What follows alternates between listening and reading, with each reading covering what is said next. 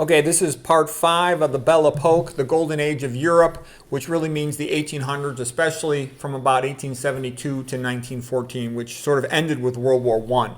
Okay, we're going in sort of a general historical chronology with, now we're going to talk about the ancient Romans. And all of these paintings, there'll be a few exceptions, but almost all of these paintings will have been made in the 1800s during the Belle Epoch. Okay, so the first one we're starting out with Julius Caesar after he had conquered Gaul. And this is the leader of the Gauls, Vercingetorix. And he was a great man. He had formerly been in the Roman army, so he knew what they were like. He was brilliant, spoke a bunch of different languages, he's a great leader. But Julius Caesar is the greatest general of all time amongst the Romans, and they were a nation of generals. He was a genius and a badass, okay? And he defeated Gaul. Vercingetorix surrendered and was paraded in the streets of Rome, later was killed. Julius Caesar, some of his famous lines when he crossed the Rubicon heading back into Rome. The die is cast. What he said about Gaul, Vini Vidi Vici, I came, I saw, I conquered. Okay, men are quick to believe that which they wish is true. Anyways, if you read about Julius Caesar, you'll be amazed at what a genius and a badass he was. And he was a harsh guy. Men were harsh in those times. But I still think it's good to read about them. His incredible aspiration of Julius Caesar. You know, like when he's 33 years old and he saw, the things that Alexander the Great had done. He cried that he couldn't have done as much as Alexander the Great. And he vowed that he was going to be the biggest man in Rome. So he's an impressive character. We don't have time to go into all the history. That's not what this video is about. But just to show you the magnificent painting. This one is by Lionel Royer, a French painter. Okay. All right, here is Julius Caesar with Cleopatra. And he had an affair with Cleopatra, the baby little Caesar. But then you know what happened to Julius Caesar. Okay. Julius Caesar, what I liked about Julius Caesar, yeah, I know he was a bit of a tyrant and all that stuff, but he still had respect for the Roman Republic. He wanted to keep Cicero alive. He was not going to kill Pompey. He wanted to maintain some semblance of the old republic, and more than just the triumvirate. So he had that in his blood and he had that in his heart. So I thought it was pretty sad when Cassius and Brutus, killed Julius Caesar. Remember the Ides of March. This painted by Vincenzo Camuccini. Okay, because that sent Rome down a new path. And, Dante himself, they felt that was the greatest disaster ever in the history of Rome, the death of Julius Caesar. Oh, here's just one painting from those days, the volcano that destroyed Pompeii by Karl Brjullov. And this is a rather magnificent painting, and it certainly reminds one of the fall of Troy, when Troy was burned down, when the Greeks burned down Troy after they'd gotten inside with the Trojan horse. It's a rather magnificent painting, isn't it? Okay, now here is Cicero, perhaps the greatest orator of all times, giving a speech in Rome. This painting from 1912. And you can learn, if you want to learn about oratory, you want to learn about rhetoric, you want to study Cicero. As a matter of fact, if you only study one person when you study the history of Rome, you want to just study Cicero, because everything, almost all of the most important stuff revolves around Cicero. And from a study of Cicero's biography, you can learn most of what you want to learn about Rome. Cicero connects you to the whole era of Julius Caesar. He connects you to the whole era of Augustus, to both the history of the Roman monarchy, the Roman Republic, and then the passage into the Roman Empire. It all revolves around Cicero. And if you want to read a series of books on him, the best series of books on him are the Robert Harris trilogy. Okay. You can also learn quite a bit about ancient Rome, of course, if Rufus Fear's course on famous Romans is the best history course on the Romans. You could probably watch a lot of those lectures on YouTube. Okay, I previously talked about Rufus Fear's and stuff. But anyway, Cicero is where it's at for studying Rome and for studying oratory and writing and a lot of good things. Okay, here's another painting of Cicero giving a speech in the Senate, and this is sort of the act of Catiline. Okay, there was the conspiracy of Catiline was a big deal. All right, but let me just share with you a couple quotes from Cicero. The Republic, as we inherit it, was like a beautiful painting whose colors were already fading with age. But our own time has not only neglected to freshen it by renewing the colors, but it has not even bothered to preserve its forms and outlines. What now is left of the ancient customs on which the Commonwealth of Rome was so firmly founded? They have been so utterly buried in oblivion that not only are they no longer practiced, but they are forgotten. Okay, so, I mean, that's exactly America right now. We had the greatest founding fathers of any country in the history of the world, and they were intensely Christian, over 98% of them, devoutly Christian. Okay, that was the foundation of it. Back in those days, there was no 503 tax exemption thing castrating all of the preachers and pastors. They were in full force speaking their opinions, and it made the country a much better, much more powerful place. Okay. A couple other quotes from Cicero, the Latin, res ipsa loquitur, the thing speaks for itself, the facts speak for themselves. Our minds have an insatiable desire to know the truth, sounds like Aristotle. Rhetoric is speech designed to persuade.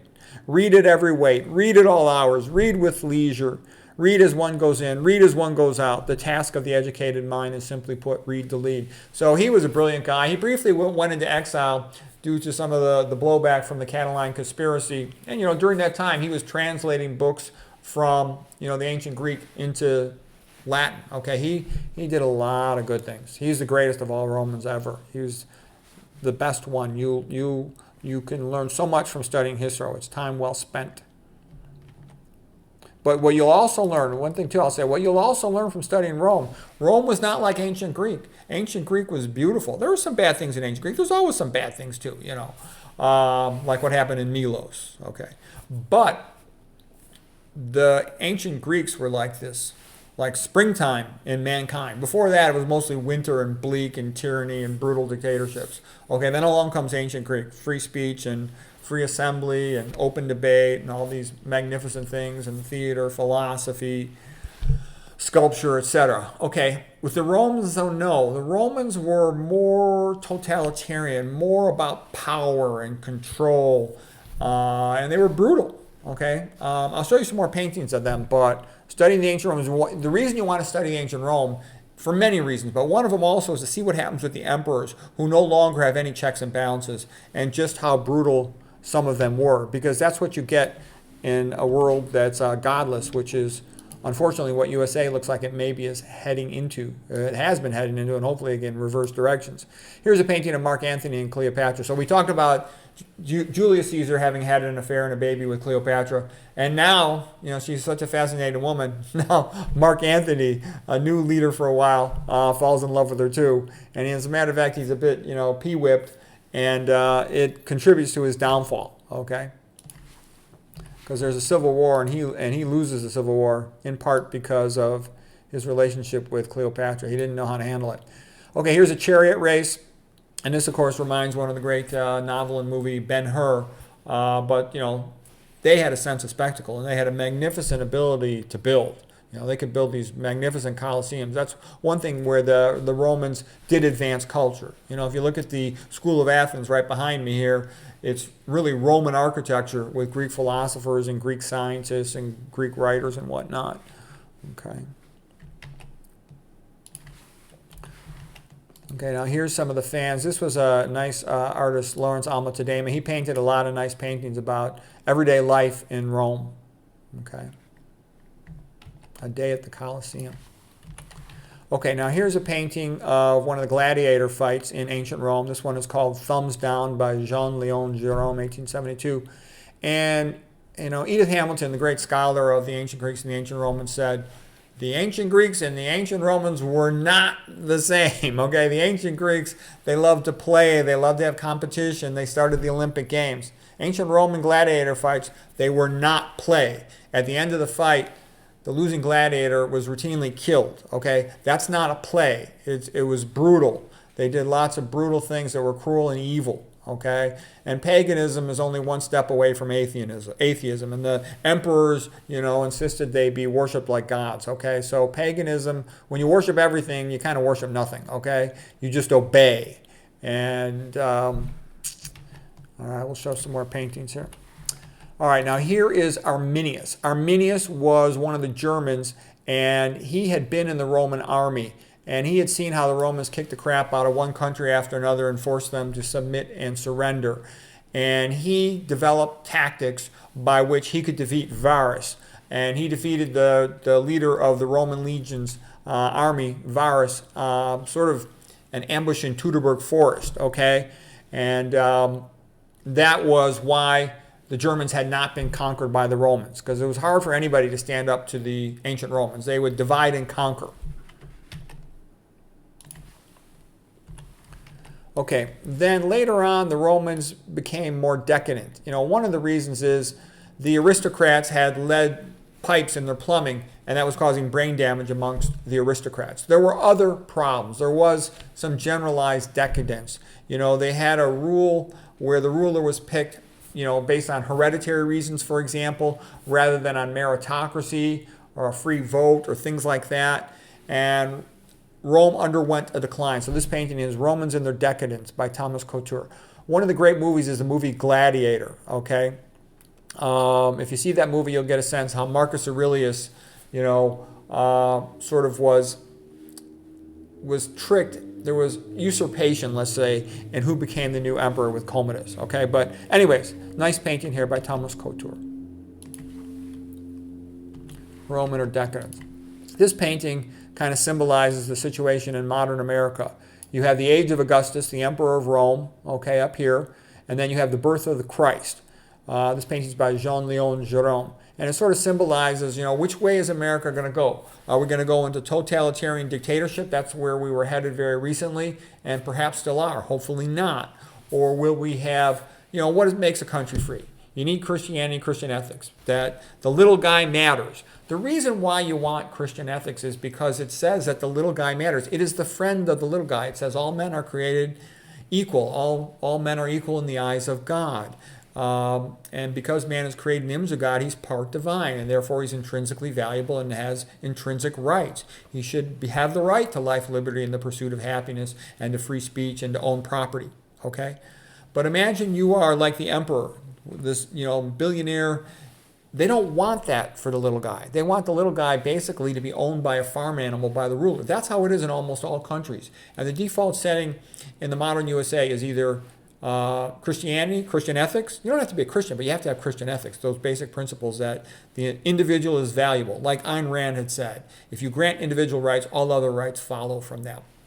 You either have that or you have atheistic Darwinism. What atheistic Darwinism says is might is right. And might in the modern world is basically money, because money is the ability to force others to do something. So the person with the most money can force the most people to do their bidding, which means to impose their will. Okay? And once you go down that path, then essentially people are owned like farm animals. And people don't understand the significance of this. What it means is, here's what Nero would do. In the time of Nero, the emperors, let's say they wanted to have sex with a girl, okay? They would have her brought to their palace, or they could simply send out their soldiers and have them just kill the family and take the girl, and she would be the sex slave of the emperor, okay?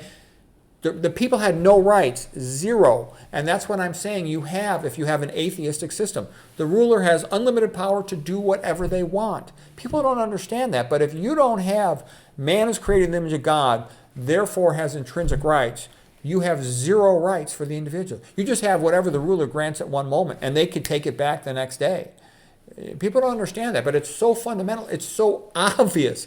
You know, that's why they really should teach the ancient Greeks and the ancient Romans in school, because if they did, people would know this. But the fact that they don't, you have all these people who consider themselves educated, but they're ignoramuses about history. They don't understand the most fundamental thing. It comes down to that. There is no way around it. Okay, now here is Nero's fire in 64 AD, where he intentionally burned down much of Rome, just like perhaps was done intentionally in places like Hawaii, and who knows in California, and who knows in some of these other places, as a way to free up land. So the powerful and the mighty, the rulers, could build whatever they wanted. Okay, don't you get it? And then people were annoyed, so Nero just blamed it on the Christians. How convenient. We can blame it on the weather. We can blame it on the weather change, you know what I mean? Oh well, how convenient that the weather change just burned down the area where we want to put a new building. Okay, here's Quo Vadis, and this was a magnificent novel written by a Polish author, you know, Henry Sienkiewicz, okay, in the late 1800s. It was made into a movie. There's Nero fiddling while Rome burned, Nero fiddling while Rome burned, and this was sort of a relationship between a Roman general Phoenicius, and Lydia was the barbarian princess. Okay. And the real contrast of this movie was, and of this novel, it's a magnificent novel, it's one of the top 5 novels of all time, was a contrast between the psychology and the behavior of the Romans versus the Christians. And the more you learn about the actual Christians, the more you will like them. Okay, the more you learn about Roman emperors like Nero, the less you will like them. There were a few good Roman emperors, okay, there certainly were, but there were plenty of real bad ones, and you see unchecked power at its worst, okay. All right, here is the Romans being sent to the Colosseum and fed to the lions. Some of them burned as torches. These are Christian martyrs. And they would sing, Christ vincit, Christ will conquer. They were at peace or going to their deaths, okay? And there was no money in it, okay? And this is before the Bible, so give me a break with Protestantism. Christianity was around a long time before the Bible was consolidated with Constantine, okay, for hundreds of years, all right? There's a long history of the Catholic religion before the Bible. Okay, that's an important point. And what they did, what people's deeds are, matters. It's not just faith alone. Okay, and this is by the French painter Jean-Léon Giraud. Okay, and now here's another painting just to give you a sense of what Nero was like. This one is called Nero's Torches. He would just have the Christians, tied up on top of a pole, and he would set the living Christians on fire and burn them as torches. Okay. And that's what happens when you have no respect for human life, when the ruler just owns them like a farm animal. Like if a farm animal owns, like let's say a dairy farm, he owns the cow.